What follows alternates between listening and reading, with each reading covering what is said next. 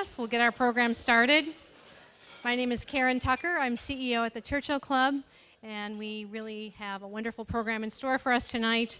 The program is called Data Privacy Trends 2015. And here to address what they believe matters most in data privacy for the year ahead, we are privileged to have with us a remarkable group of speakers, starting with Chris Babel, CEO TRUSTe, Malcolm Harkins, VP and Chief Security and Privacy Officer, Intel, Casey Oppenheim, co-founder and CEO of Disconnect, Christina Peters, Chief Privacy Officer, IBM, and Justin Somaini, Chief Trust Officer at Box, and of course our moderator, Fatemeh Khatibloo, Principal Analyst in the Customer Insights practice at Forrester Research. Welcome and thank you all for being with us tonight.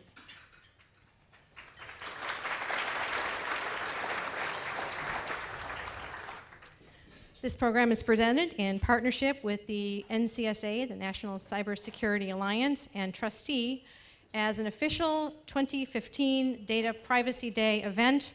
Data Privacy Day occurs annually on January 28 and is about making people and groups aware of privacy and data protection matters. And tonight's event was made possible by generous support from TRUSTe, without whose help we would not have been able to have you all in this room tonight. So thank you very much to TRUSTe.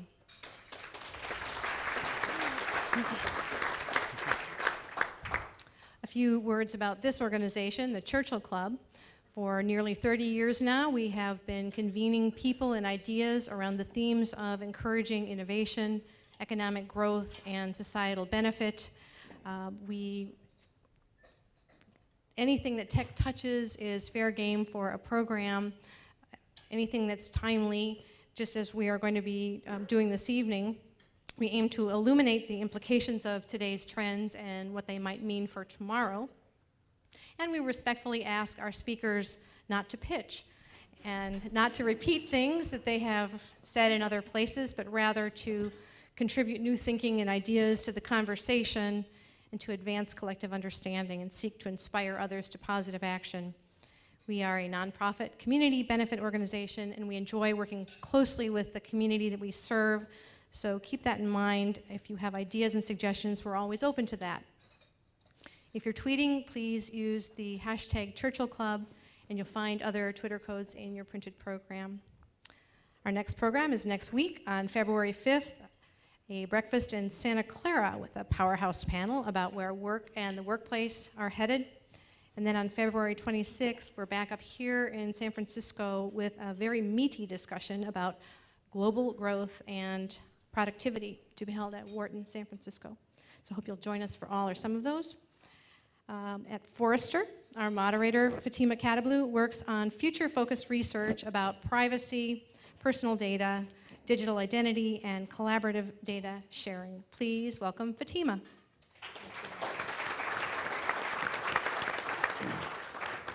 Thanks, Karen, and thanks to the Churchill Club and TRUSTe and Data Privacy Day for making today possible, this evening possible. This is my second year up on the stage moderating this event, and it's really exciting. I don't think anybody can look back at 2014 and think, wow, privacy was really kind of on the down low, and nobody was really worried about privacy and security. And so it's really exciting to be able to be back on the stage and asking some of the panelists some of the questions that I have for them, and I won't tip my hand just yet. And I think it's going to be great to talk a little bit about what 2014 brought, but also what 2015 looks like.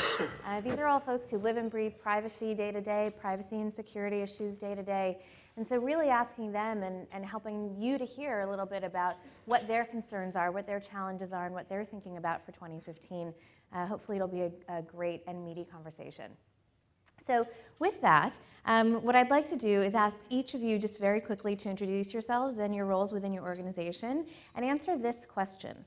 What was the thing that surprised you the most about privacy in 2014? What was your big aha, or how did that happen, or WTF? Wow. So Chris Babel, the CEO of TRUSTe, been with the company about 5 years, obviously focused on helping businesses solve these types of privacy issues. I think our big surprise was the proactivity and really aggressiveness of regulatory bodies to go after people for mistakes. And I pull that and call that out because, as many of you know, we had one of those, right? So it affected everyone. You had 8 times more cases by the FTC in Q1 than I think you had in any quarter in their history on privacy-related issues. And I can tell you it's not just the breadth of those types of things that they do. You know, case study of one, it's the depth. It's projects that cost $1.5 million in cash to respond to one of those, and 20 to 30,000 hours of labor, just to give a sense for people in the audience of what one of those looks like. So I think their proactivity to kind of heighten the position of the US and having strong privacy and strong enforcement on the worldwide stage was a big surprise for us. Great, thanks. Malcolm? Malcolm Harkins, Intel's Chief Security and Privacy Officer. You know, the thing that's surprising for me last year is the fact that everybody's so surprised. The confluence of security and privacy, geopolitics, legal and regulatory spiral, it's pretty obvious that it was going to hit. But that perfect storm of the risk issues, I think, hit, and I think it surprised everybody. And to be honest, going forward, I think it's only going to be more complicated. Interesting. My name is Casey Oppenheim. I'm the CEO and co-founder of Disconnect, and we offer online protection for consumers. Specifically, we're dealing with privacy and security around what you search for and what you browse for. My big WTF for this year was encrypted technologies, massive corporations adopting encrypted technologies. So you have Apple and Google rolling out smartphones that have encryption baked in, where they're encrypting your messaging and your contacts. You have Black Phone, which is an encrypted secure phone device that is just crushing it. They are taking off and gaining all sorts of adoption all over the world. You also have WhatsApp, Facebook buying WhatsApp, and then WhatsApp baking secure text, Moxie's encrypted messaging communication into WhatsApp as an option. And I think that, you know, if you look back on encrypted technologies, encryption was literally considered a munition not that long ago. It was considered a weapon. It was actually regulated under export control laws that weapons were regulated under. Phil Zimmerman, one of the founders of Silent Circle, creator of PGP encryption, literally, you know, had a criminal investigation because he wrote a book on, I don't know that told all the facts of this case, but I think it was that he was basically writing a book on encryption. And now, if you fast forward to 2014, and if you're a corporation and you are not up on your encryption and securing your data appropriately, you are in, you know, potentially big trouble. So that was overall, that's my big WTF. There's a bunch more of the Sony hack and all sorts of things that I would like to touch on, but that's probably the big one. So I made a little list of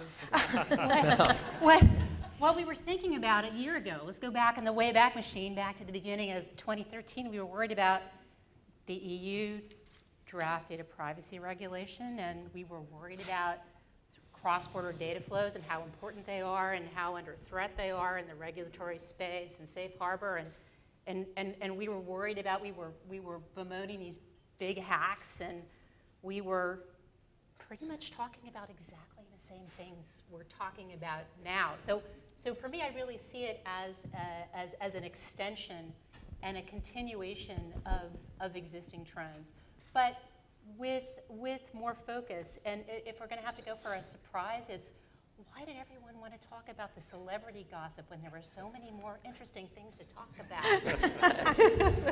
There are? Yeah. Oh boy. Your last, Justin. Good luck. I gotta start reading up. Justin Somaini, Chief Trust Officer at Box, focusing on security, privacy, compliance, but also how do we bring those things to the forefront of the business and actually make competitive differentiators on behalf of our customers and really drive it as a business model, whereas historically they're pretty much back office functions. So for me, I don't want to say ditto for what Malcolm said because he took my line.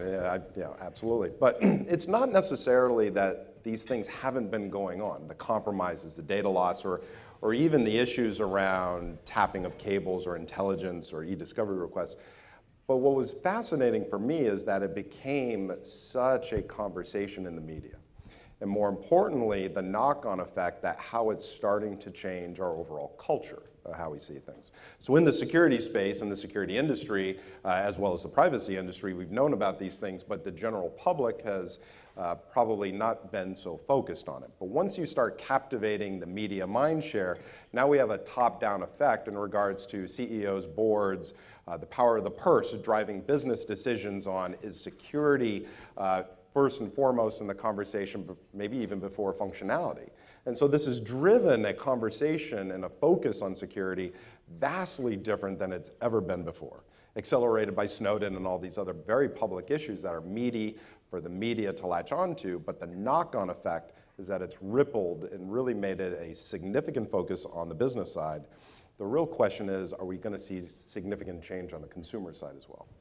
I think it's a great point. Interesting segue, but I'm going to stick with one other thing. Since both of you guys talked about the sort of privacy and security conflation, right?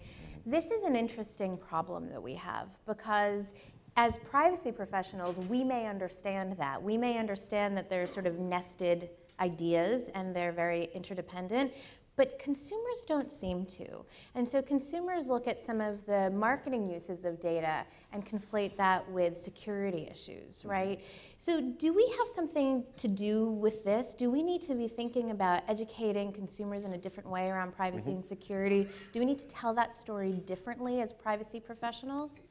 I absolutely think we do, and I think part of it, and what I've seen, I'll talk from both sides, and it frustrates me a lot. I think a lot of security professionals are ignorant to privacy, and a lot of privacy folks are ignorant to security.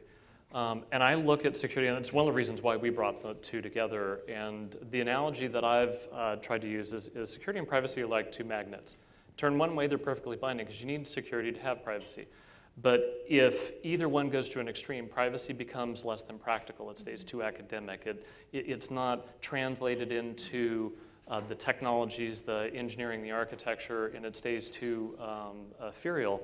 And if the security encroaches too far, does too many things, does it the wrong way, doesn't have the right control mindset to preserve privacy, then the magnets turn and they get polarized. And I think we're certainly in a state, and to Justin's point with the Snowden stuff, we're in a polarized state between security and privacy, and it takes both sides of that equation to bring them back together and back into a binded state. Yeah, I don't necessarily think they're opposite sides of a coin as opposed to maybe more of a Venn diagram. But the problem that we have on the consumer side is that most consumers historically have not cared, right? They haven't seen the impact or been impacted. But once we see a massive evolution in how consumers have adopted technology, even looking at the next generation and how they deal with security and privacy, the teens are very security conscious, very focused on protecting. I mean, they won't use services or share out information like maybe the millennials have. And so we're seeing this generational wave of the adoption and how they focus, not on technology, but that it's become so commonplace that they've adapted into the core of who they are. Now, they obviously haven't grown up to be the main point of driving changes within organizations, but I don't necessarily know if we want to bifurcate the message of security and privacy to a consumer versus really wrapping around something easy and digestible around protecting your information, your content, and enabling you the visibility and control of what that really means, where it enables the privacy and security combined. Once you start making a more complex message, they're just going to turn off. Yeah, that's a great point. There's been some really interesting stuff happening lately with some of our clients, and they call in and they start asking about things like, should we be using Wicker? And should we be using ephemeral messaging as part of our sort of corporate messaging and internal corporate communication strategies, which is really kind of a very new question, I think, for enterprise companies to be asking. Casey, I want to ask you a little bit, because you make one of the disruptive technologies that sort of breaks the advertising ecosystem, the marketing ecosystem. Can you talk a little bit about what you're seeing in your own experience and also with your cohort of sort of disruptive startups around adoption by consumers? And we all talk a little bit about, like, consumers say that they care, but are they really doing anything about it? I'd love to hear what your experience has been. Yeah, I'm gonna tie my answer to the last question because I think it actually makes a lot of sense to do that. So for me, the pain point of privacy is when there's a security breach of your private information. And so I think that those two ideas are, I'll give a concrete example. For example, the statistics show that most consumers don't really care if Google is tracking your information about what you're browsing for online for the purposes of advertising. There's some caveats to that in regards to tying it to your personal identity. But for the most part, they don't care. But if Google's doing that and they get hacked and they're serving malware through their ad system, well, then guess what? People are very concerned about that. And people are very concerned about their browsing history and their search history being compromised by cyber criminals, for example. And so I think that the problem with privacy and trying to bifurcate privacy and security is that in consumers' mind, you really can't. I mean, there's all sorts of ways that your private information is being made vulnerable. So that's really what's driving adoption, I think, right now, is that consumers are starting to understand that this is not just innocuous tracking. The internet, all the free services, all the incredible free content that we have access to as a result of the tracking of consumer information and online advertising, which is a great business model overall, but the problem is that there's all sorts of privacy implications and then security implications, and consumers are really starting to understand that. And businesses, I think, are starting to understand that. I think the Sony hack is a seminal moment. I mean, you have a state-sponsored attack on not just a corporation, but the employees of that corporation who are really, they were victims of a cyber crime, right? And I think that more and more our lives are online and everything we do is being tracked, and all of that is vulnerable to security breaches. Yeah. Yeah, and one last piece. I don't know if we're going to be successful if we try to change the consumer's perception of privacy and security. But we can change the consumer services perception of privacy and security. And there we can probably be much, much more successful. So if there's an air of focus on the consumer side in a general sense, they will be motivated. Hence, what we started seeing with the Googles and the Facebooks, et cetera, of the world, where they started encrypting traffic. They started driving in consumer-oriented security, such as, you mentioned Apple and what they're doing with keys. I think that's where we get more success, and then allow them to drive it as a differentiator instead of trying to convert the masses and have them see religion, so to speak. Right.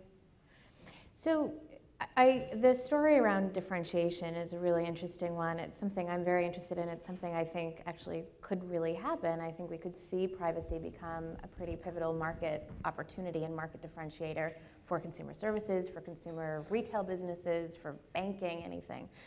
Is that something that you guys buy into? Do you think that that can happen? And do you think that that businesses are being vocal enough about it where they do privacy well enough and they do privacy and security well to start talking about it? Are you seeing examples of that? Christina, do you have any? Well, I'm going to take issue a little bit with what you said. I am so happy that you are. Because, I mean, we see the research that came out of the Pew Charitable Trusts saying that, people care, people feel anxious, people feel like they're out of control. And then we see what people actually do, and it isn't necessarily all that much. And that's taken to mean, well, people say they care, but really they don't. I'm not sure that's a fair conclusion to draw. Well, people say they're concerned with their health, but they still have a lot of dietary issues. Right, no, that's right. So let's take that. So let's take that. So let's say you want to make some healthy changes in your diet. Yes. And there's a box of donuts in the break room every day. That's right. That's right. If you eat a donut, are you a liar or are you a human being? Well, you're a human being, but That's right. And it's hard. But it's a call to action. Hard.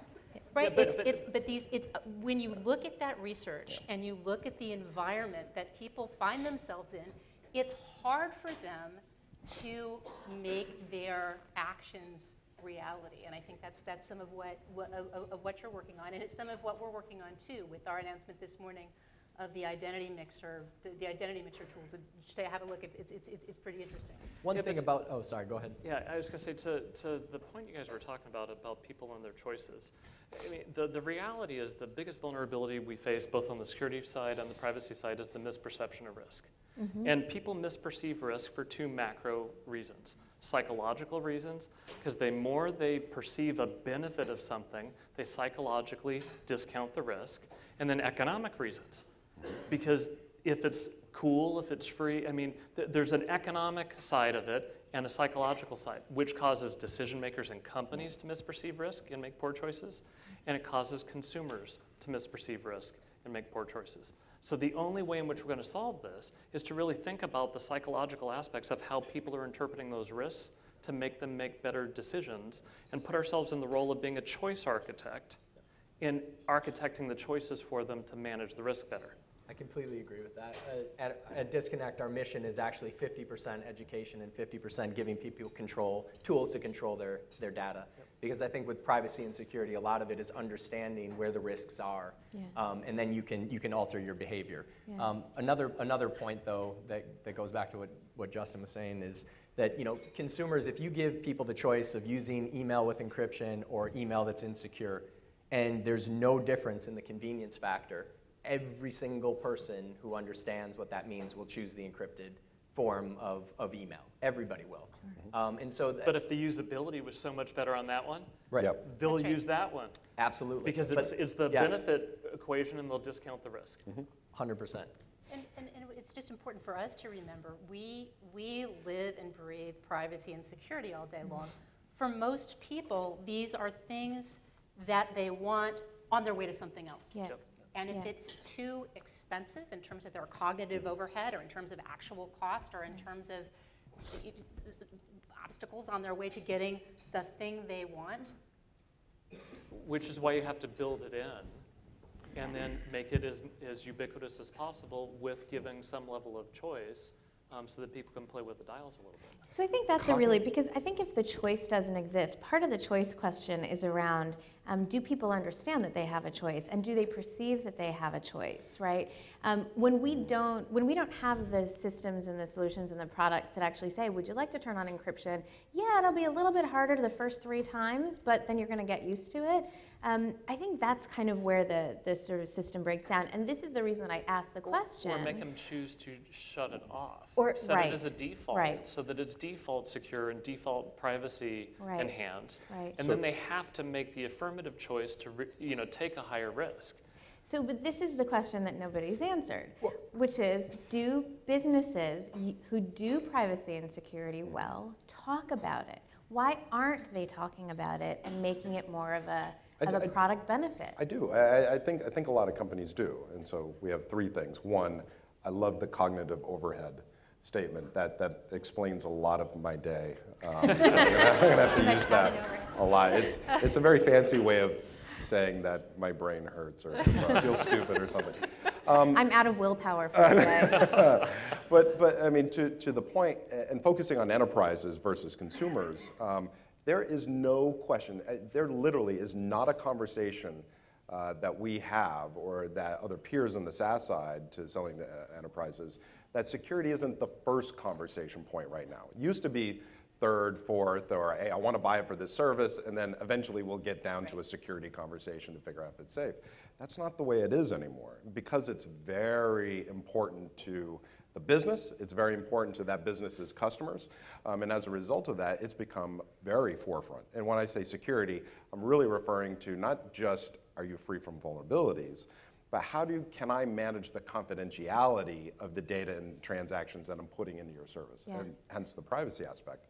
But when we get back to consumer side, it's a herd mentality. So the question, to a certain degree, so we can have the greatest email security solution, but everybody is just going to gravitate towards Gmail, because that's what everybody uses. So until you have a moving effect of usability, adoptability, and integrate security by default in that, it becomes very, very difficult to move the masses to that solution. And that's why I focus on the enterprise, not the enterprise side, but the solutions going to consumers versus trying to convert the consumers themselves. Right. I do think that the consumer adoption of security and privacy technology, I mean, it is, to answer your question, it is on the rise. There is no question. And people are willing to jump through more hoops than they used to. And especially, that's why the education piece is so strong. I mean, think about it in the physical world. I mean, it may be a little bit more inconvenient for me to put a deadbolt on my door at home. But I understand that, okay, it's not just about getting to bed as fast as I can or getting inside the house. I'm going to do that because I understand that that's going to make my house more secure. And the same can be said about a lot of different privacy and security tools where people say, okay, it's not just, oh, if it's a little bit less convenient, I'm not going to do it. People are smart. Yeah. People have when people understand the issues at play, then they're willing to make trade-offs. I agree with you, though. There's a complete disassociation from I clicked on this, I did that, I didn't do these things, and the risk manifesting itself with an identity theft or anything else. You can't connect the action you took to the risk impact to you, because it might be months, years, or you may never know it completely, which again gets back to the fact that they can't perceive it. So therefore, in many cases, a lot of them are going to make poor choices. Exactly. You know when somebody broke into your house because your stereo's gone, but you don't know when somebody penetrated your data in a Target breach. But if somebody picked the lock on your house and wandered around, took a bunch of pictures, and got out, you'd never know. You never know. Exactly. And that's what's happening. And that's what's exactly happening. Yep. So Chris, you guys actually just released your consumer attitudes research today. Do you have a sense of the uptick or not of people actually taking action against their privacy concerns? Maybe I knew this question was coming. Nice infographic if you haven't seen it. A couple things, and I don't want to totally screw up some numbers here, which is why I actually brought this, right? But I think that what is interesting is we've done a kind of research study for the last 4 years, and we've asked consumers, first of all, are you concerned? That concern level, when you ask an open-end question like that, it's going to be high. If it's the highest it's ever been, it's actually 91%, right? So that's really high. Second thing is kind of, do you trust businesses? And the answer is yes, we trust businesses because 55% of the time. Whoa, what about the other 45% of the time? And why is that 55 actually decreased from 59 4 years ago? And is it these types of breaches and this type of increased education? What's causing that? The next high-level data point was like, do you not interact with them when you don't feel that trust? And that was actually also the highest number it's ever been at like 90%, 91 actually. So you kind of have increased concern. And when you dig into what that is, what's interesting relative to some of the things we've been talking about, and it looks at these differences between security and privacy, the top cause of concern in that overall first item I listed was collecting and sharing my personal information with other companies, right? Yeah. The second one being security threats to personal data online. Now it's 38 versus 36%, so that's pretty close. But we've all been really focused as we've gone through this so far as it's a security risk, it's a security risk, it's a security risk for the consumer. This would tell you, and it's 2,000 people, but it would tell you it's actually higher on general personal data rather than the explicit security kind of statements out there. I think that a couple other points that I think are interesting are consumers saying, back to the action point of this, when they have concern, they say they don't interact with business, but what does that mean? 57% I haven't clicked on an online ad, 51% said I withheld personal info, 35% I didn't download an app or a product, 25% I stopped a transaction. And so you actually have a decent set. I don't want to keep hammering through this, but there's a ton of data in this thing that we released today that's I think interesting, is consumers are concerned. They don't draw a good line between privacy and security. It kind of comes together as safety. I mean, I love the fact that I get called to do interviews, and I get introduced as a security company, and we don't do a single security thing. We focus on the privacy side of things. That was my last job. And honestly, when I used to be back at VeriSign, and Justin and I worked together, sometimes we got called, how do you deal with these privacy issues? We didn't, right? In the consumer's minds, these things are very much blended together, and it kind of comes back to this feeling of safety. But what I think is interesting, and we haven't gotten there yet, is a lot of the distinctions, other than at Intel, is that inside a company, they're very different in terms of how they're addressed, technologies that are used to address them, whether there's technology or whether it's policy used to address them. And those two worlds, in terms of security and privacy inside an enterprise, are like 15 years apart. What I experienced 15 years ago in working with a company to think about how they integrate security and a policy and use technology to bolster that, was kind of a consultant effort, and now there's $60 billion a year sold in security software, right? Privacy is mainly consultants and people trying to solve these problems inside enterprises with a few consumer tools that are specific to privacy, a few that we have, but it feels like adoption of security 15 years ago. And so I think you see some of that in some of the consumer data as well. So I want to take that and the safety point connected to your lock analogy, of course leads us to Internet of Things, right? And as long as we're thinking about 2015 and beyond, I don't think we can talk about privacy without talking about connected things, connected cars. I mean, all of us who followed the CES news know that your car is going to be self-driving and telling you what's wrong with it and scolding you when you drive poorly inside of the year. So let's talk a little bit about the risks of Internet of Things, connected homes, connected devices.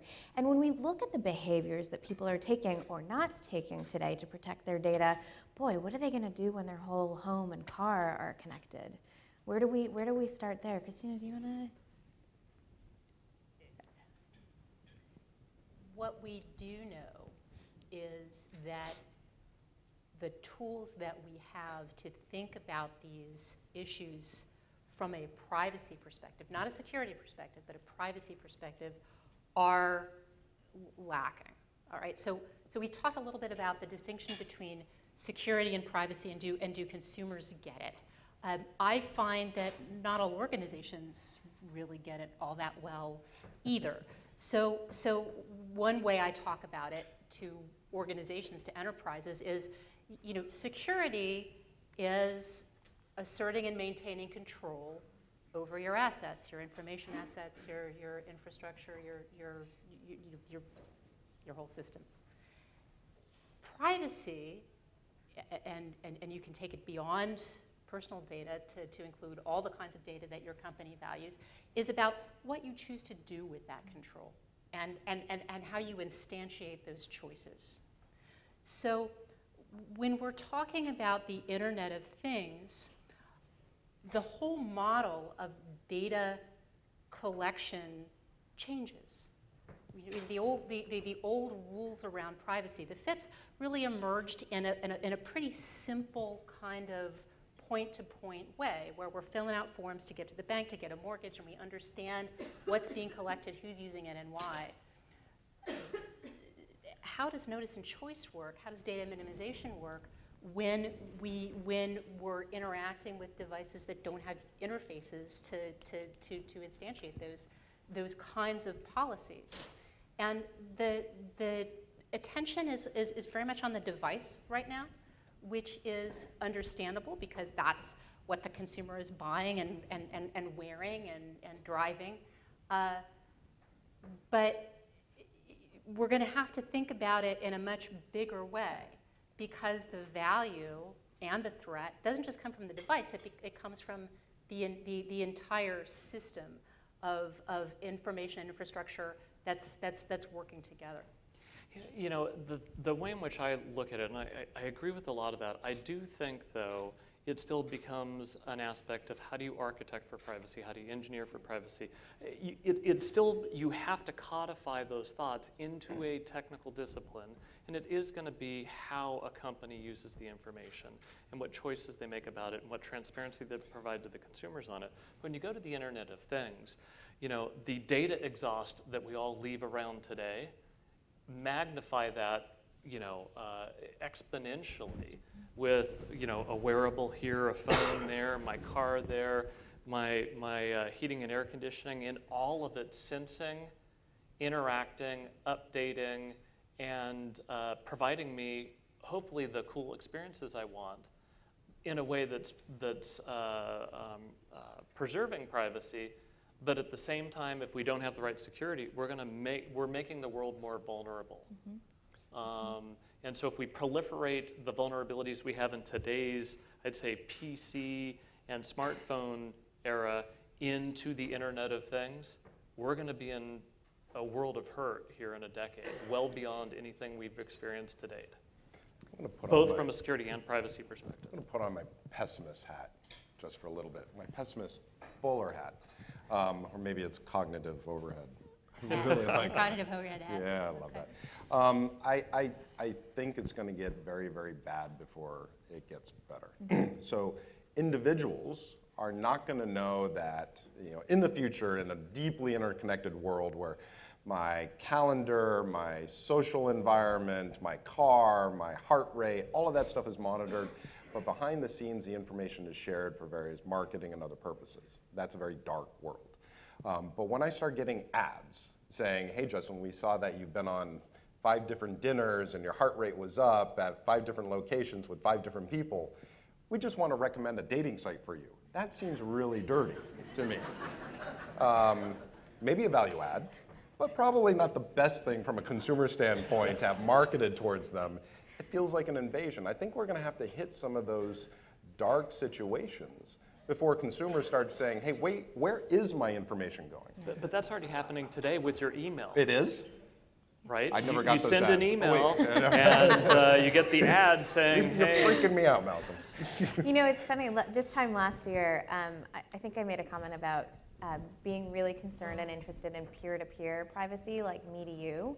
And I had a really tangible example of this when I have a friend who's subletting my apartment in Oakland, and I have a Nest thermostat. And I think you've heard this story. And I went, she'd been traveling, it was really cold, and I went on the app to actually turn the heat on for her, knowing that she was coming back to town. And I could see all of the times that she'd been home, and I could tell that at one point she must have had an overnight guest, because the heat was set lower that night than it had any other night of the previous week, right? Yeah. Like, that's an intuition that I should not probably be able to make. I should not be able to infer that, right? You know, I'm surveilling my friend now all of a sudden. But I think these concerns, these issues of like, it is actually valuable to share this data. I do want to be able to share my Nest data if I go and visit somebody and I want it to link up to the Nest that they have in the room that I'm staying in. Where do we draw that line? I mean, how do we as privacy professionals start to think about those implications and do something about them? I mean, I think with the Internet of Things, and it's already happening. I mean, the people in this room, most of our lives, or at least most of my life, is online at this point.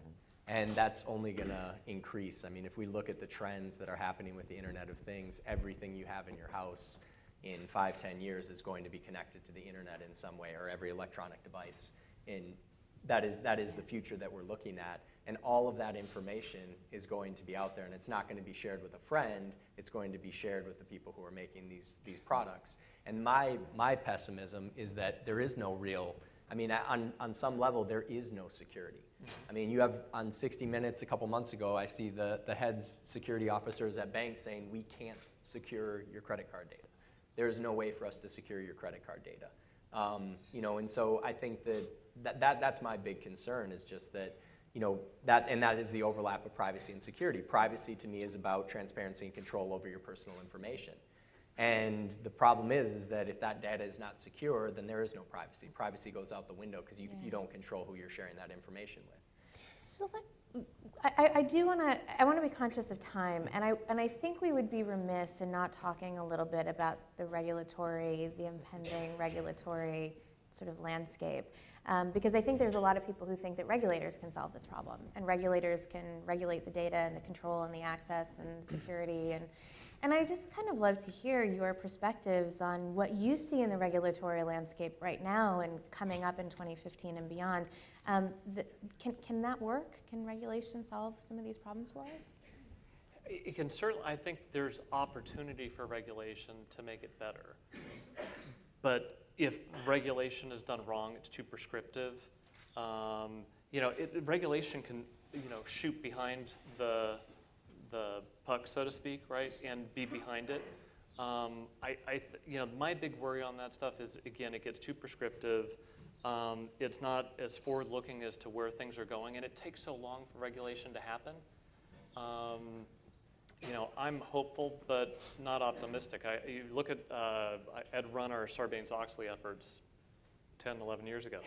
Did Sarbanes-Oxley solve financial fraud in corporate America? No. Yeah. That's what it was intended to. Yeah. Right? Yeah. It certainly improved controls so that you could say, I've got key controls that allow for financial reporting to happen and the integrity of it within tolerances, but it certainly didn't solve the issues that created WorldCom, Enron, and all that stuff, because we still have those today. Yeah, yeah.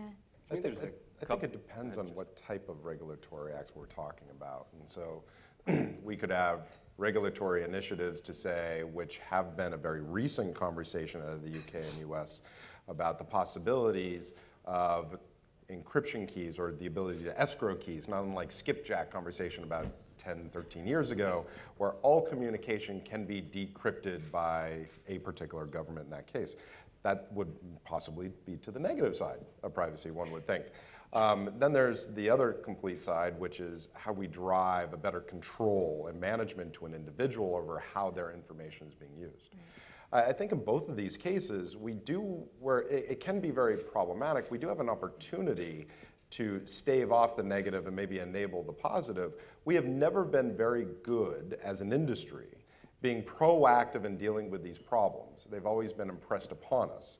Maybe specific companies are better than others, but as an industry, we've always been reactive. Yeah. We have a possibility now, as we see this wave of adoptability over Internet of Things, et cetera, to be very proactive in implementing rules and regulations within our organizations on the management of that information, whether it's a data protection officer or something along these lines, where it's proper management for our customers versus waiting for that fight to come to us and then trying to react, which is very problematic.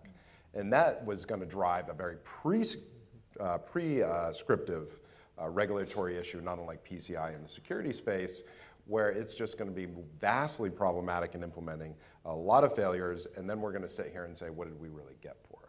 So we've talked about this has been a very US-focused regulatory conversation.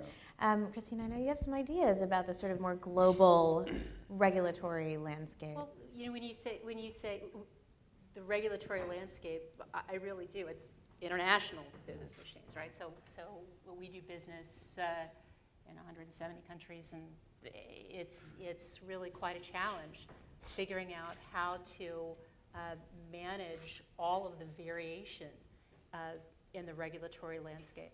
And we can expect more regulation, even if it doesn't come here in the form of legislation. We know the FTC is very active, and that body of law continues to evolve. And countries around the world have laws, are passing new laws. You know, I've referred to Europe a few times.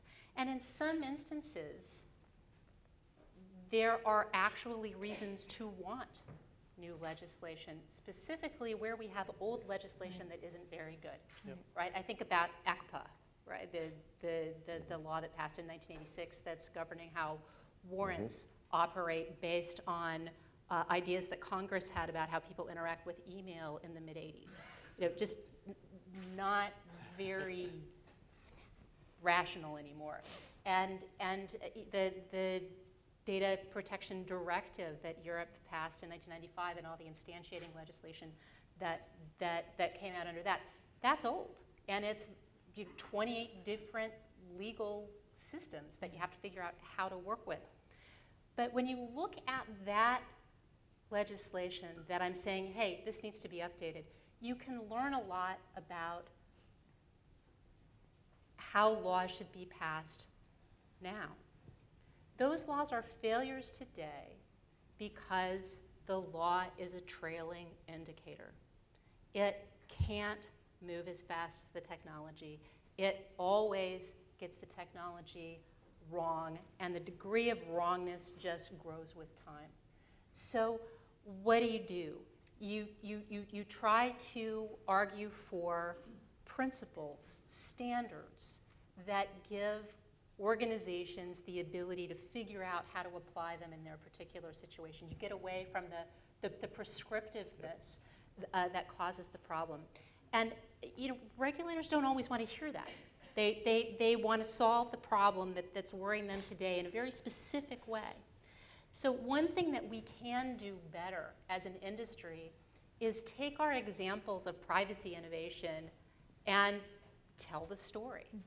Because what I think we need to get across is that as our ways of using technology for organizational value improve and evolve, we're also innovating on privacy, and that the laws have to accommodate innovation on both sides. One of the things I might add to that, sorry, Casey, is if you think about like a very specific European law, like the cookie directive, right?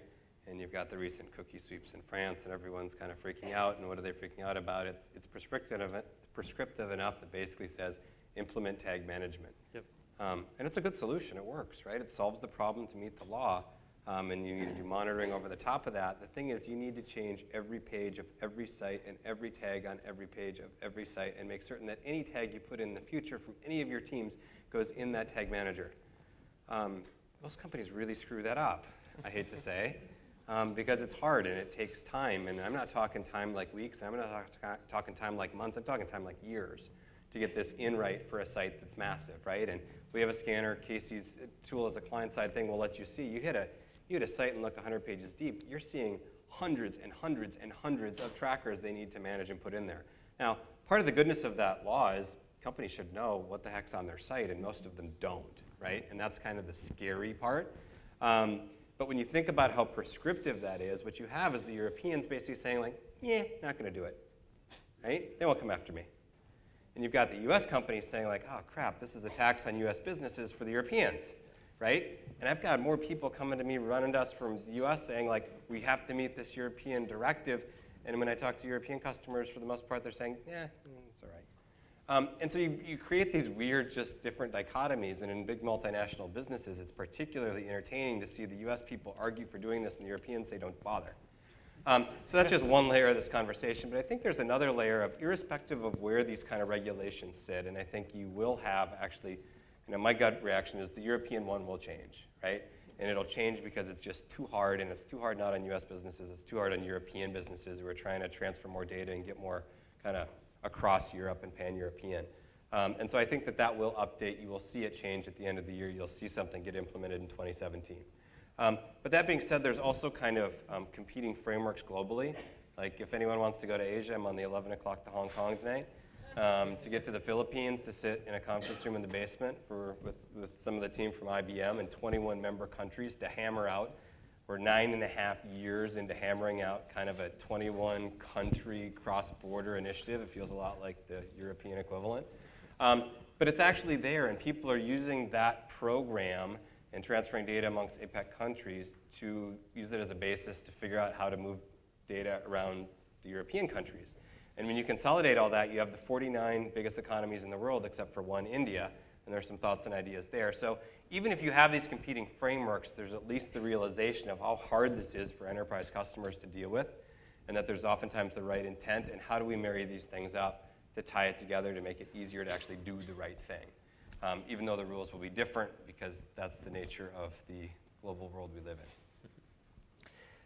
I think about it from a consumer perspective, and the one thing that I think I would love to see from government, and everybody up here knows a lot more about international data privacy law than I do, but I would love to see some sort of common sense label, similar to a nutritional label, that just tells people at a glance, and corporations have to disclose, this is what we're collecting, and it is not 20 paragraphs long.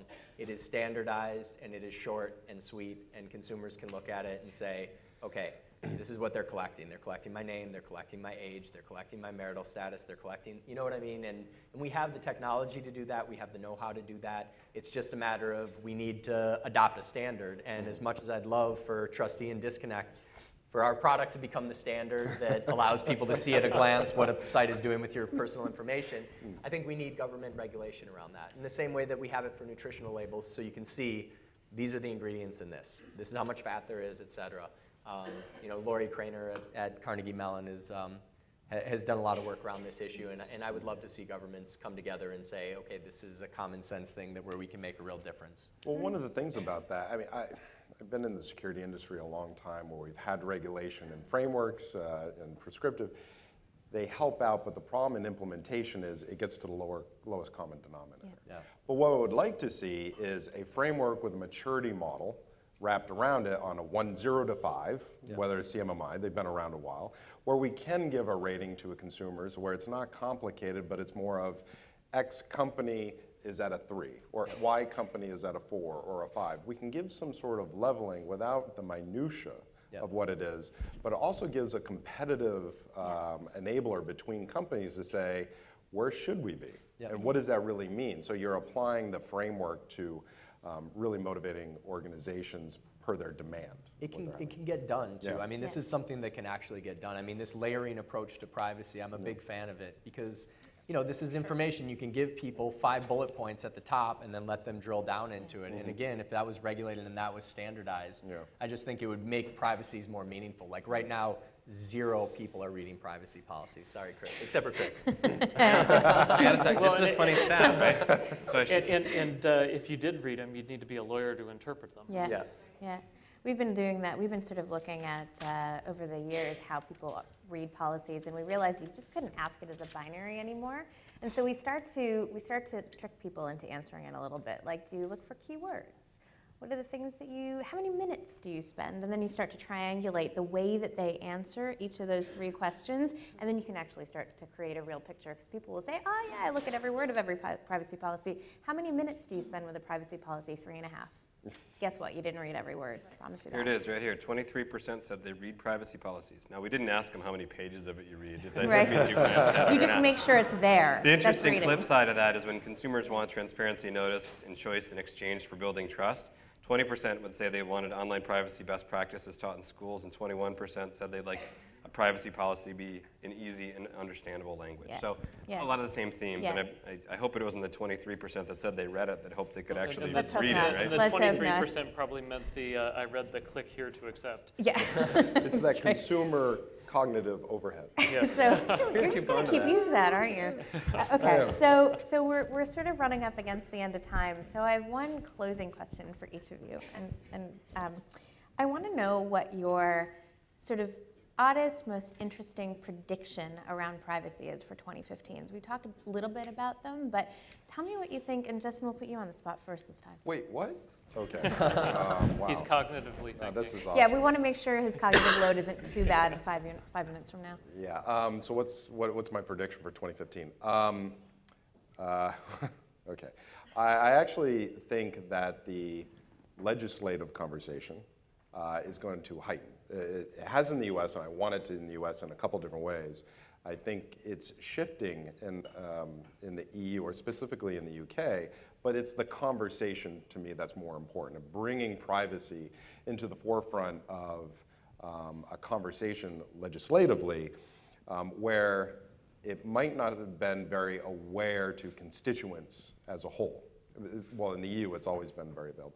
I think that's going to start to change, and I personally haven't really seen that that public visibility of that legislative component for quite a while. Does that result in anything substantive? I don't think so. But I do think, as we've seen in the security conversations, we will see many years of this that will eventually turn into something substantive. Will we get parity? I think we'll make headway, but I don't internationally. But I don't think we will. But I think that there will strives to be made. But as we get more compromises of data, it will just heighten that. More awareness and compromises of data, it will heighten that conversation. So, not a lot of change, but maybe incremental change a little bit. Okay. Yeah, that's not really much of an answer. So. That's all right. Christina? You know, when I looked at the list of attendees tonight, I realized that I was not so much interested in making a prediction in a room full of people who probably don't just let the future happen to them. And it seems to me that a lot of the people in this room can have a certain amount of say in what 2015 and years out bring in privacy. And what I'm excited about in privacy right now is the things that we and other organizations are doing to make privacy concrete, to make it easier, to develop tools that consumers and developers can more easily use to manage complexity, to reduce the cognitive overhead. So my hope, my wish, my plea to you is to figure out what you can do to make privacy easier for the people you serve. That's great. That's tough to follow, but I think that my prediction for 2015, big prediction, there is going to be a knockdown, drag out, massive legal battle over backdoors and encryption. And the government is going to go after it. And David Cameron made some comments, and Obama is right behind. And I think that they are going to battle the big boys. They're going to go after Apple and Google and a lot of other companies who are employing encryption technology. And I think that it's going to be a really, really seminal moment in the future of privacy and security, because there actually is a really interesting question at the seed of that, which is that, can we allow companies to give you true privacy and security of your communications that even the government can't get a hold of?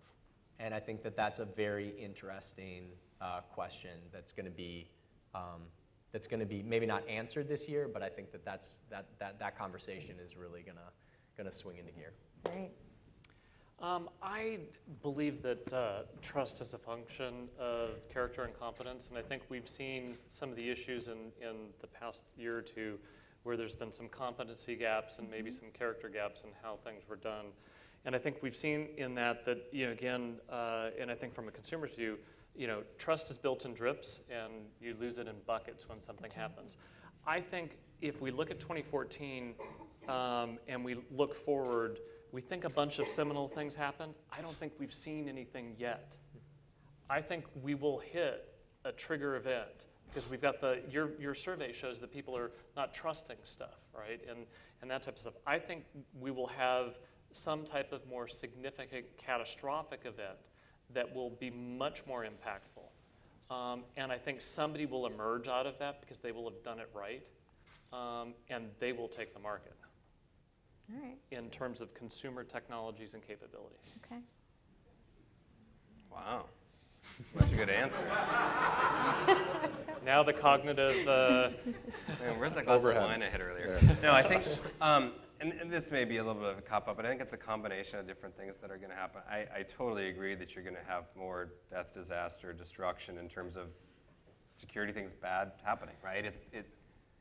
Like, what year hasn't it been building in the last 15, right? You maybe had a few years where it went flat, but that's just because the same things were working and organized groups didn't have to create something new and bigger and destructive. So you're going to continue to have, I think, those things build. And I think this dichotomy, and I was at an OTA event this morning, and you had the first panel, which is a bunch of privacy people talking about, data minimization and how you don't collect things and how you, do kind of deep privacy analysis up front, and you build into your products, only what you need, so that you don't have these huge data stores that you could get hacked into later. And of course, the next group after that was a bunch of law enforcement, right? And talking about what happens when they get a call on a breach, and they're like, the first thing we want is all your data so that we can help understand what really happened. Every log you've got, all over time. And you're just like, this is exactly this issue that you're talking about, right? So you have kind of continued explosions in issues that grab that consumer awareness and make people frightened, coupled with the fact that you are going to have this big battle. And I think, how it all gets resolved at the end of the day, and maybe this is, I'm going to tie off Christina and Justin's here too. Sorry to close a little bit this way, but it gets solved through technologies, right? It gets solved through consumer technologies that are whiz-bang, Casey's or others. It gets solved through enterprise technologies that help kind of the privacy side of the world catch up with the security side of the world. And it's really how all this stuff comes together. And I don't know which one's going to happen bigger. Like, if the great tools and technology for consumers come in first, does that make the big bang stuff not happen, or does that happen and cause it? Correlation, causation, I don't know which one is going to happen, but I think you're going to have a combination of these three things, and that's the only way you get out of that loop. Those are great answers. With that, I think we're going to open things up to questions from the audience. There's microphones walking around, so if you have a question.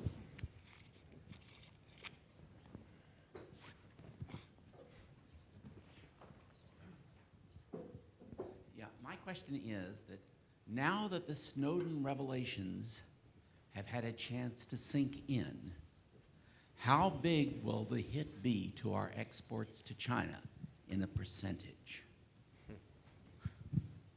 I don't think the Snowden thing makes a difference on the exports to China. I was going to say 0.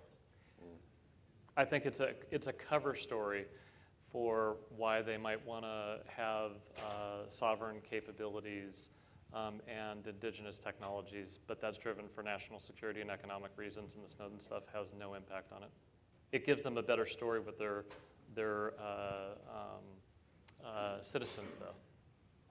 What about with Apple, though, with iPhone blowing up in China right now? And I just wonder if Tim Cook was, thinking about, not building in backdoors for the U.S. government, in parallel with, really making a huge move into China. I don't know. I'm not an economist, and I'm not sure if that answers the question, but yeah, maybe no, not. I don't think it has. I mean, I have a whole backdoor conversation I'm trying to hold back from because, I'll just let that one go. I mean, that's a meaty topic, and I'm trying not to.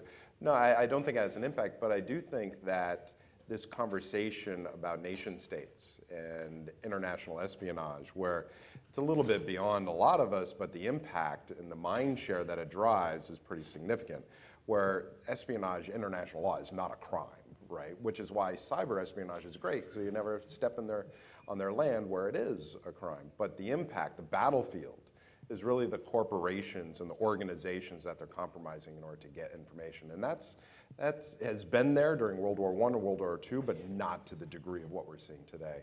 And that is a different view that corporations need to view themselves, that what they're really doing or the impact that they have. It's not just providing a service, it's not just protecting that individual, it's that you now have become a battlefield for e-crime, organized crime, as well as nation states to collect information or potentially do attacks to other individuals. And that's a different concept that we've really seen ourselves in the past.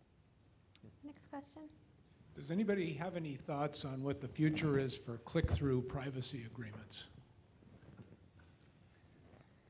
Click-through privacy agreements. I mean, let me give an interesting data point, right? So a few years ago, you saw the ad industry get pressure from the FTC, and they started to put out this ad choices icon.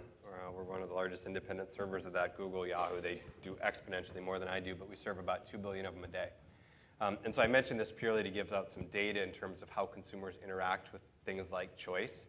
Because when you say it's a click-through agreement, what you're basically implying is like, I'm going to pop it up on the front page. You have to click through it in order to get somewhere else, right? So when given a choice, do you say, I still want the free goods? Or do you say, oop, I'm going to abandon and go pay for a product, go get a competitor's product that maybe looks different, but that it would imply you've read it. Let me share with you an example, and I think it gives this consumer mindset. So we serve 2 billion of these icons a day, and we drive everyone to a page where they can basically opt out. How many people click on that icon in an ad to pop up the choice menu? Anyone want to guess? Less than 1%. Throw out a number. 0.0005% of people click on it. That's not very many, even if you're running 2 billion of them a day. Now, the thing is, that's actually not altogether wildly different than the actual ad click-through rate, which is anywhere from maybe 2 to 5 times higher than that. So, that isn't such a big issue. But when consumers then see that and have the ability to make a choice, 1% of them make a choice to opt out. Of that, 90% of them nuke everything because it's a bunch of companies on this list that they've never heard of other than Google. We did an example or a test where we actually, instead of putting that in, said, would you like to give us data? Would you like to give us interest? Would you like to say, I like cars, I'm Justin, I like dating, I like cars, I don't like education, and I don't like finance, right? Sorry, would that help you back, get him back? Christina? Bring it on, Chris. Sorry. So, as you pick these categories, depending on who we were running the campaign with and whether it was in a mobile app where you saw 20+% people give data on that, or whether it was a mobile web experience where they're giving 5 to 10%, I think kind of guessing at what the consumer is going to really do in any of these experiences is you're likely to get it wrong. You really got to test it and think about it. So the idea of let me pop up, unless you're in Europe where you need to pop up something if you're dropping cookies, although I said earlier no one does, I just think isn't something that's going to happen unless required by law. And even then, I don't know what the consumer, other than like, gimme, gimme, gimme, right? And that's what people do with apps today, right? It's like, I can read the privacy policy. I get all these warnings. It says in a Play app, it's going to store all these things. Who actually doesn't click those? I mean, I can tell you the data and what people say, but I know I usually hit go, right? I hit go, I download it, and then I ask myself the question of, why is my search icon always on and no, the tracking of me? And that's when I'll start to dig into it. But I'm usually a quick to grab, even though I run a privacy company. But I think it's going to need to, getting back to Christina's comments around innovation, it's going to have to be changed. The Internet of Things, my watch, am I really going to, how am I going to, do a click-through on those Internet of Things that the screen is so small that I wouldn't be able to see or know any of that stuff anyways. It has to move to a contextual-based notification. Exactly. So you're getting the notification in context of the information that you're sharing. It can't be a 60-page privacy policy on your mobile phone that you get at the start when you download iTunes, because that just isn't gonna, that's not gonna cut it. In the box at Christmas, here's your privacy policy. Yeah, Right. that's not gonna work.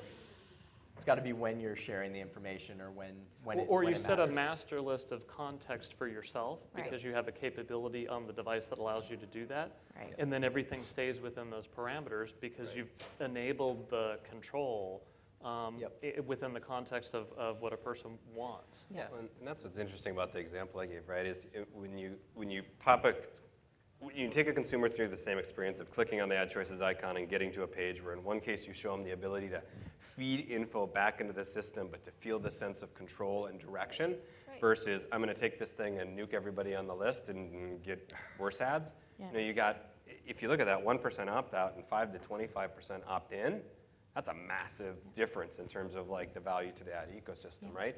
And I think it also makes the consumer feel more confident in the sense of like, I am in control and I can come back and change this later, right? And that gets back to like what consumers are oftentimes looking for is that ability to feel in control again. It may not control everything, but it's better than where we've been in the past, and that transition needs to continue. It absolutely, and it's happening. I mean, if you look at, your smartphone is asking you, do you want to share your location with a specific app? And that type of privacy notification, that makes a lot of sense, right? When you start using it, you get it, you say, do I want to? Well, if it's, a Maps app, then yeah, probably yes. If it's some random app that has nothing to do with needing your location, The flashlight, yeah. But we've had this problem in the past. I mean, look, how many times have you had the pop-up saying, hey, you're going to a site and we can't verify the certificate? It's the spousal approval. Yes.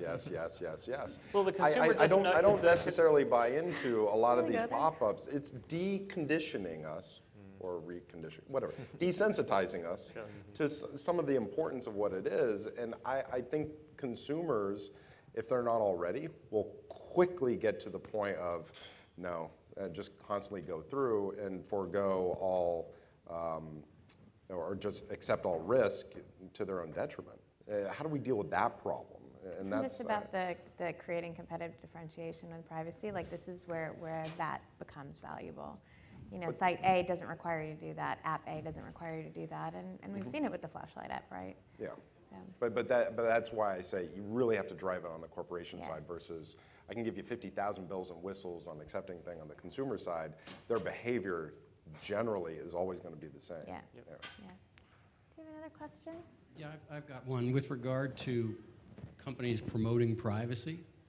BlackPhone has been a prime example of that, and yet now we hear that there has been a serious security flaw in their software. So will that cause people to pull their heads back down, or will it be viewed as a cost of doing business, and those companies that are thinking about promoting privacy will do it anyway? I worry that it's a bit like airlines promoting safety. Anyway, your thoughts on that? Compromise is inevitable. It will happen. Everything's always going to have some level of vulnerability. So I don't think it's not going to necessarily change anything for them unless, again, it gets hyped in the media or it gets blown into something bigger than what it is. And I think if they respond to it well, address it appropriately, again, it gets back to the character and competence. If they have the character and how they handle it well, it won't be a problem. I don't think they have much of a market to really get a voice of what that impact might be.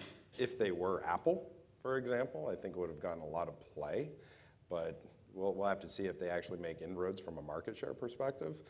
But much to that point, you're going to see vulnerabilities. I think we've been desensitized from a vulnerability standpoint. The question is, will BlackPhone, which they won't, obviously, because they don't have access, share that information back and forth? But the real conversation is what are the mindsets that BlackPhone is driving and how Apple will adopt them. And that's the different conversation. Yep. Isn't it true, though, that the people buying black phones are necessarily more privacy and security conscious? It's mostly out of Europe.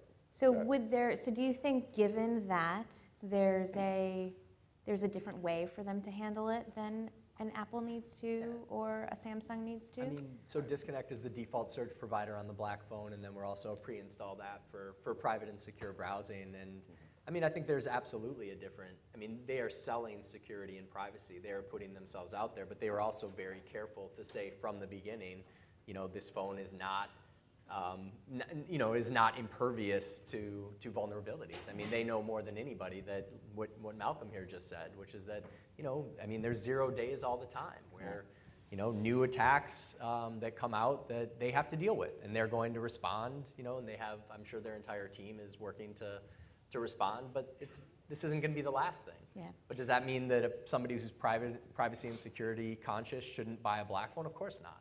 I mean, it's, you know, it's as compared to what, right? And there's, you know, I mean, think about the security on your home. I mean, you could spend millions of dollars and, you know, somebody could still find a way in, and the same is true with online privacy and security. And the millions of dollars you spend, if you use it technologically, and that technology has a vulnerability, they might have an easier path in because they know when you're there, when you're not there, and how to get through. Yeah. Question? Hi, yeah.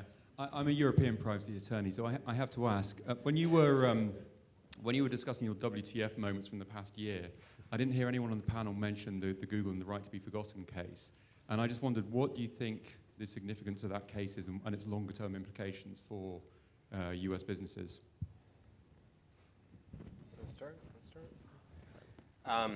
That's a good what the fuck moment, yeah, and I'll just say it because I think everyone agreed, and in fact a lot of Europeans just said, really? Like, okay, wow, this is gonna happen, and I've heard that they have hired 800 or 1,000 people to review the hundreds of thousands of requests that they're getting. You know, the funny joke that I had heard was, oh, just send them back to the, you know, local DPA and let them decide, right? And I think that actually provides a big challenge, and you see it now pushing even further to saying like, okay, please now do that on .com, right? And I think this is where you start to see, in the same way that the Europeans would say, please don't export onto us your, you know, weak European privacy standards and get EU safe harbor or get a binding corporate rule or use model contracts or something like that. You're now kind of seeing the reverse, right? Which is in .com, please let this person disappear. And I think, you know, what does get talked about in the press and stuff is like, you know, the guy actually did a bunch of things that weren't great, and those aren't even the worst not great things you could think about doing that really should probably be in the public domain. So I think you have this odd dynamic of it kind of coming back full circle the other way into the US with the push for .com. It will be interesting to see what European courts say to that as that, you know, maybe works itself through that system, because I think that was a surprise moment for both Europeans and Americans, right? It wasn't just an American surprise. I think that it's the right to be forgotten is just such a complicated issue. I mean, first of all, Google's not the public domain, right? Google's a private company. It's a massive private company. And if Google was the public domain, I think it would be cleaner, right? But it's not. And so you have, you know, I don't know, man. I think it's the tip of the iceberg, too. I mean, I think that there are so many areas where there is information about people that are on Google.com, for example, mugshots.com. That's, you know, that's an issue. You know, you get arrested once in your life, and people are basically extorting you for money for forever, or you're going to show up as your #1 Google result is going to be that mugshot from when you were 18. Why are you looking at me? And I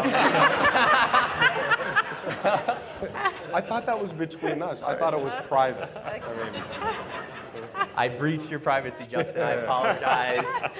Redact that. The peer-to-peer privacy issue. Yeah.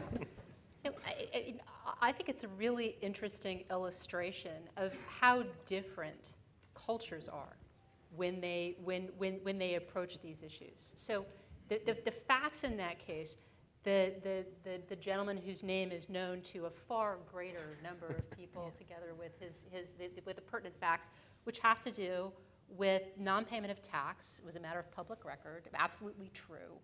So in our First Amendment heavy context, the idea that we would suppress that information, it just, we have a hard time wrapping our heads around it. And in that context, it makes sense to many. Not everybody, but many. You were talking a little bit about the prospects for parity in regulation. I don't know exactly what you meant by parity, but I don't think we ever will or necessarily should get to a real common standard, which is why I think the work that you're doing with APEC, CPBR work that we're participating in as well, is so important. Because that effort doesn't pretend that all cultures everywhere are going to have a common set of ideas, feelings, views, beliefs, laws on these issues. Rather, it's about making the systems interoperable and simplifying global operations for enterprises.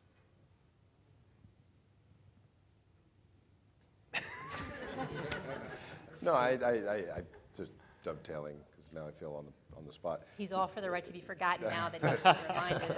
No, I think it's an interesting conversation that you bring up in regards to the cultures of various states and how it's enacted in laws. And then, you're bringing up a point, whereas in the U.S., public information and sharing that information, but at some point, what is the tipping point where maybe too many people know about it? Is public truly public, or just public within a small community of people? And obviously that's for us, but there's a very different viewpoint out of certain countries where maybe certain information isn't culturally intended to be public, but more private. Or what is that graduating scale of gray, working from no knowledge to everybody knows about it? But I think at some point where we will never get complete parity because of those cultural differences, historical and enactment in law.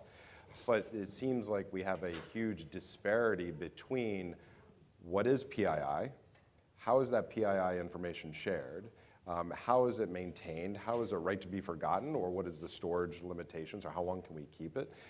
Not within one country, but between countries, which has created such a opposing view, or even a generalization of opposing view, especially between the Europeans and the US, where it's creating a balkanization of technology. We don't want to use X, Y, and Z technology. We're going to create our own, and then we get into a whole, how is that really going to drive innovation and change? And is that the true vision of what we see as the internet, as this interconnected free world? We're not there. Will we ever get there? And I think privacy is one of the huge conversation points that we need to figure out if we're ever going to break through and realize the true usability of this thing that we call the internet. That's awesome. So a lot of tonight's conversation has been about personal information. I'm wondering what the panelists believe are the rights of consumers in aggregate or truly anonymized data or other data derivative products that companies build. Can you give me an example? Sure. So if you look at Google Maps, it shows traffic. That traffic is an aggregation of lots of individual cars and cameras. It's not an individual car. Does a consumer have a right to not have their data aggregated?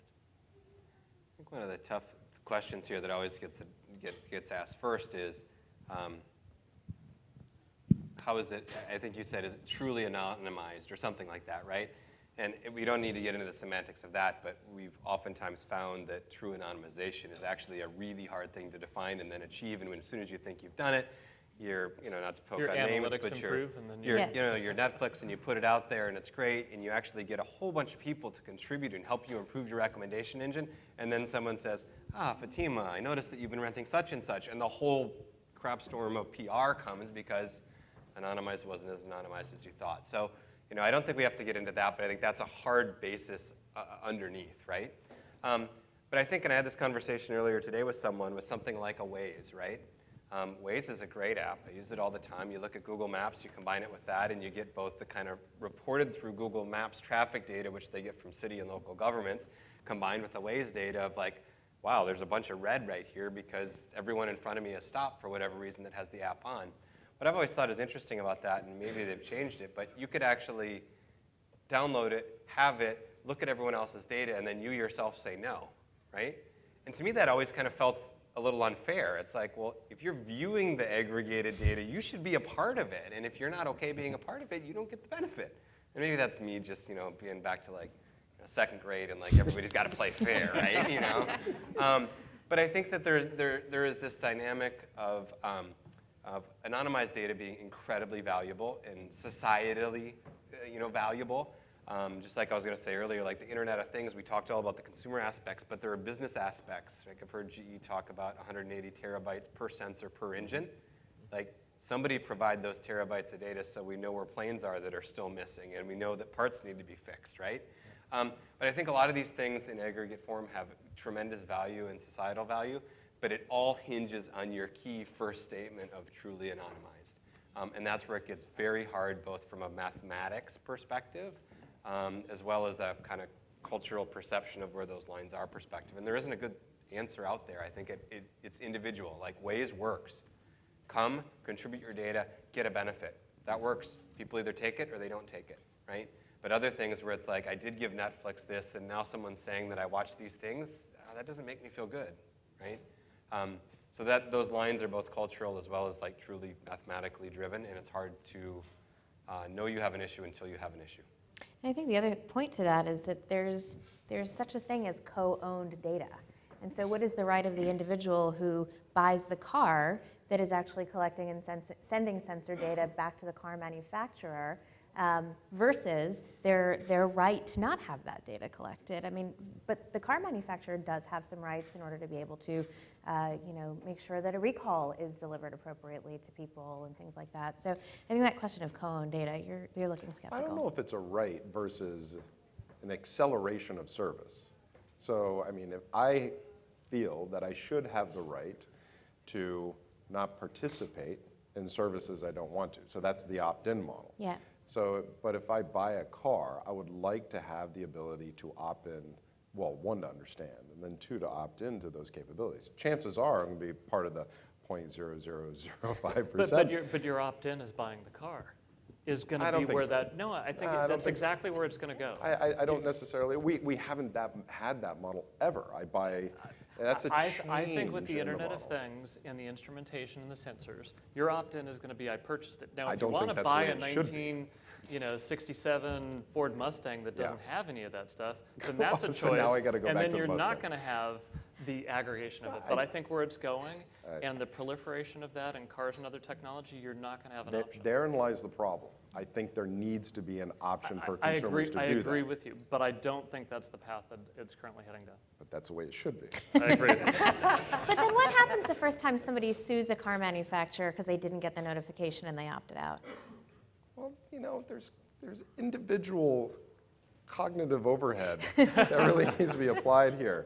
Well, I mean, what happens on the inverse is saying, hey, you're tracking all my things, and now company X got compromised, and I wasn't given the right to do it. I assumed if I purchased something for my own use, personal use, it's for my own personal use. But the car today already has sensors. You get in an accident, and depending upon the accident, let's say you run a red light, or you run something, you kill somebody. They're going to download the sensors. They're going to see how fast you were speeding. Yeah. They're going to look at all that data, and then use that in a potential criminal prosecution. You didn't opt into anything. It's just in the car. Well, that's my point. That's my point. They should not do that. I should opt in. You bought the car. That's not. And there's probably a piece of paper that you signed at the dealer. And buying a house doesn't mean that I have opted into the utility company of mining my data. I turn on the utility. Well, it depends where you live. What? Kind of depends where you live. Okay, fair enough. I think the short answer is we don't know, yeah, right? exactly. Yeah, it's a great question. It's a great question. Do we have another question? Hey, so it's Javier Agüera, co-founder of Blackphone, but my question is not related to Blackphone. So I think the real effect of the whole Snowden Sony thing is that people are starting to think, well, I'm actually a good citizen. I shouldn't care about this. I don't share naked pictures. I don't work for Sony. So why does this whole privacy thing affect me? What event or how much time do you think is going to take for the real population to realize that privacy is actually something that affects everybody and it actually has a real impact on your day-to-day life? If any, because maybe that never happens. But. You know, I think there's a couple instances in the past, and hopefully they won't happen in mass. Christina, you probably remember this more specifically than I do, but there was a case in Canada, if I remember correctly, of a woman who had been diagnosed with breast cancer. And she was denied coverage because the insurance company found that she had bought a book on surviving breast cancer.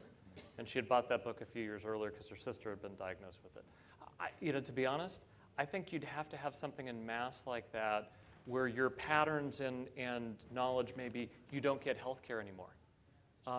You know, or something like that where it really affects your life personally, and that happens to, I'll just make it up, 15 million people in the US in a short window of time. Something like that would be, you know, I think one of those things. Yeah, I think it's a major platform. Facebook, Google, Axiom even. Somebody like Axiom who's collecting personal data on hundreds of millions of people, getting hacked and having that information be thrown online in a way that actually affects, like you say, I don't think it has to be 1 billion people that are personally affected like that, but you know, many millions. I think, Malcolm, your point is really good, though. It's that it has to be causal, right? We were talking about this earlier. Your credit card data gets stolen or compromised. You don't realize that that's why you've got the identity theft a year later. Right. It has to be something that's really directly causal to a harm. And with credit cards, you go, credit card. In the U.S., I'm not liable for anything. Yeah. Max, by law, $50. Who gives a crap? Right. Yeah. Right? Is the general attitude. Yeah. So I think we have time for one more question. Hi. So I'm from Google, and so I've heard probably about 4 out of the 6 of you who are up on stage today talk about Google in one capacity or another. And I'd like to know what your views are on Facebook, specifically about user data collection policies. Specifically about data collection policies, as well as the transparency for users to be able to see how the companies, like for example, like Facebook, et cetera, are actually using that user data towards advertising. And what the transparency is for users out there to be able to see what information is actually being collected and how the wipeout policies, et cetera, are actually working behind the scenes. A really detailed question. Yeah, yes, no, yes, no, yeah. So yeah, I'll admit, I'm a Facebook user. You might find a picture of my kids up there. You probably won't find a picture of me. Other than updating the pictures, I've never updated anything. I've never put out a post. I'm a lurker. I'm a listener. It's the way I hear what other people are doing. But that's my decision. So honestly, as you ask that question, I don't really use Facebook. I take the app and it knows that I'm in the office because I'm certain it turns on mobile tracking. I'm certain that it knows I'm here because maybe I left it on. But I think one of the things that's interesting that I talk to people about is much more on kind of where there's a real lack of knowledge and it surprises me. Maybe just to share is not the consumer side. I think there's a lot of confusion there. I think they took what was not much transparency early on, made it incredibly transparent with lots of dials, but in many different places. It was overly confusing. They tied that back together. It's now in one place that you can turn a set of controls and it's much easier, and they try to keep that updated. So they kind of swung from the no transparency to so much transparency and choice that it was confusing back to a spot that, for the most part, when I talk to consumers, they believe it's better, but I don't think they understand all the nuance behind things that you're talking about. And in fact, advertisers don't. So when we talk to our client-side base, and we're like, wow, you have the Facebook like button on, you know what that means, right?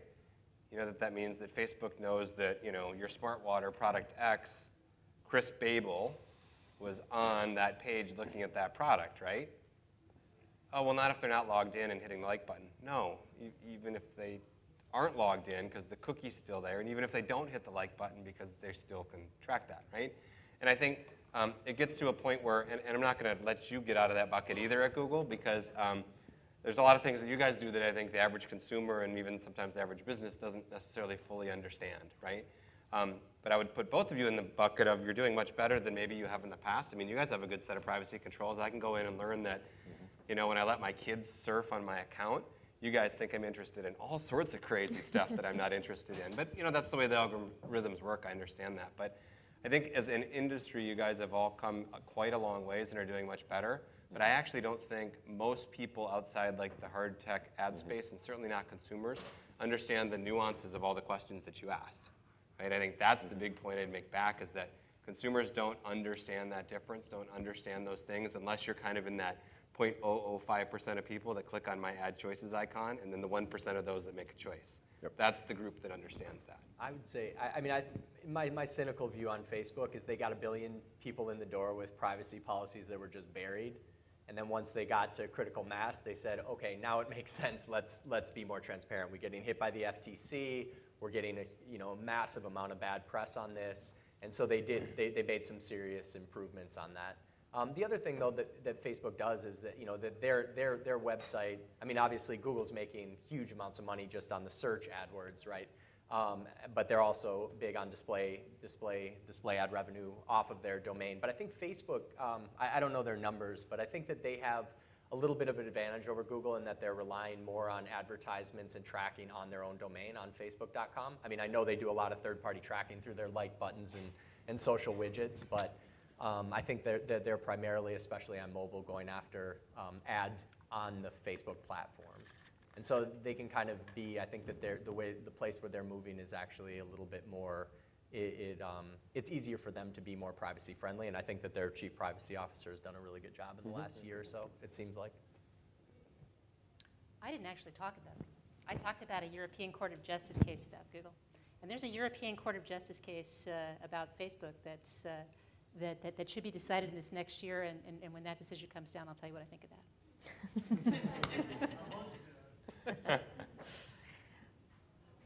Oh, I abstain. Coming from Yahoo in my previous life, I think I'll stay away from this conversation. All right. You know, my perspective on that whole thing is, again, it's the whole learning and innovation. And I think, to your point, people are going to run fast, they're going to experiment, they're going to learn, they're going to iterate. And I think every social company out there is doing that, regardless. And they're just at different maturation levels. I'd like to thank our speakers for sharing your insights so freely and also your senses of humor. Thank you. And Fatemeh.